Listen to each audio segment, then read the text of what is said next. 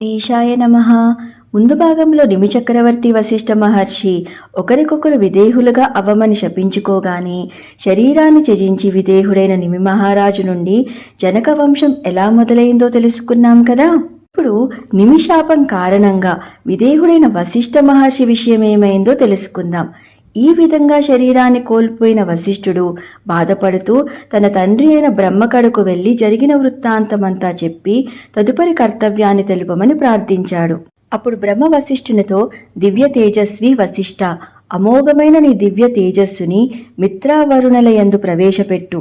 వారి ద్వారా అనతి కాలంలోనే అయోనిజుడివై పునఃజన్మను పొందుతావు.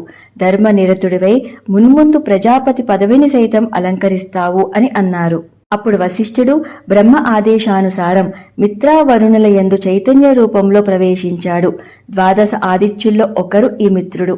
ఒకానొక సమయంలో సూర్యుడు అంటే మిత్రుడు వరుణలోకంలో ఉండగా నారాయణ ఊర్వల నుండి ఉద్భవించిన ఊర్వశి తన చెలికత్తెలతో కలిసి యథేచ్ఛగా వరుణలోకంలోని ఉద్యానవనంలో క్రీడిస్తూ ఉంది. నిండు చంద్రుని వంటి ముఖవచ్చస్సుతో తామరలేకుల వంటి నేత్రాలతో మనసుని మోహింపచేసే ఆమె అద్భుత సౌందర్యానికి మిత్రావరుణులిద్దరూ మోహితులై వారి యందు మన్మథ వికారం కలిగి తక్షణమే వారి వీర్యస్ఖలనం జరిగింది.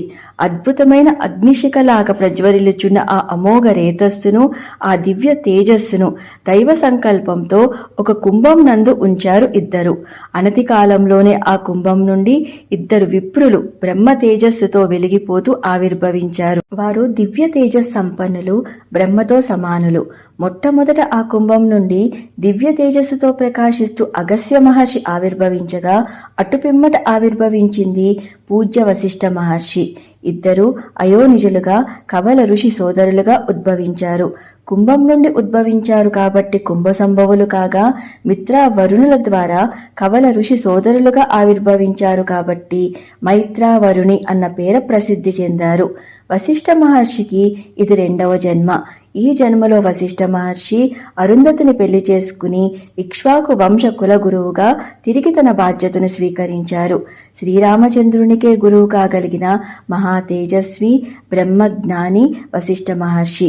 అటువంటి గురుమూర్తి వశిష్ఠ మహర్షి యొక్క దివ్య చరణాలకు ప్రణమిల్లుతూ సర్వం శ్రీరామచంద్రార్పితమస్తు. స్వస్తి.